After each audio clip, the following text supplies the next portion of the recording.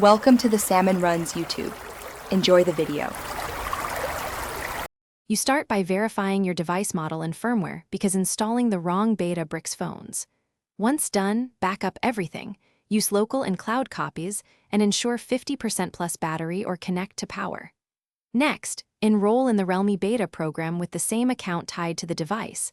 Enable developer options and OEM unlocking if required. I'll explain why each step matters. Model match prevents mismatches, backups avoid data loss, and enrollment grants you the OTA or manual package. You now handle the detailed installation. First, download the precise beta package for your model and check the SHA-256 or MD5 to ensure integrity. Corrupted files cause failures.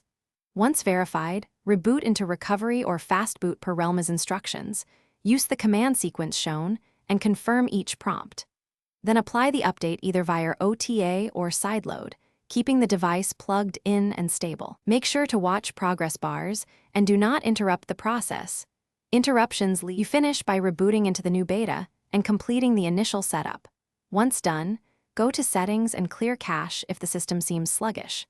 Make sure to verify the advertised beta features and immediately gather logs and screenshots to report issues via the official feedback channel.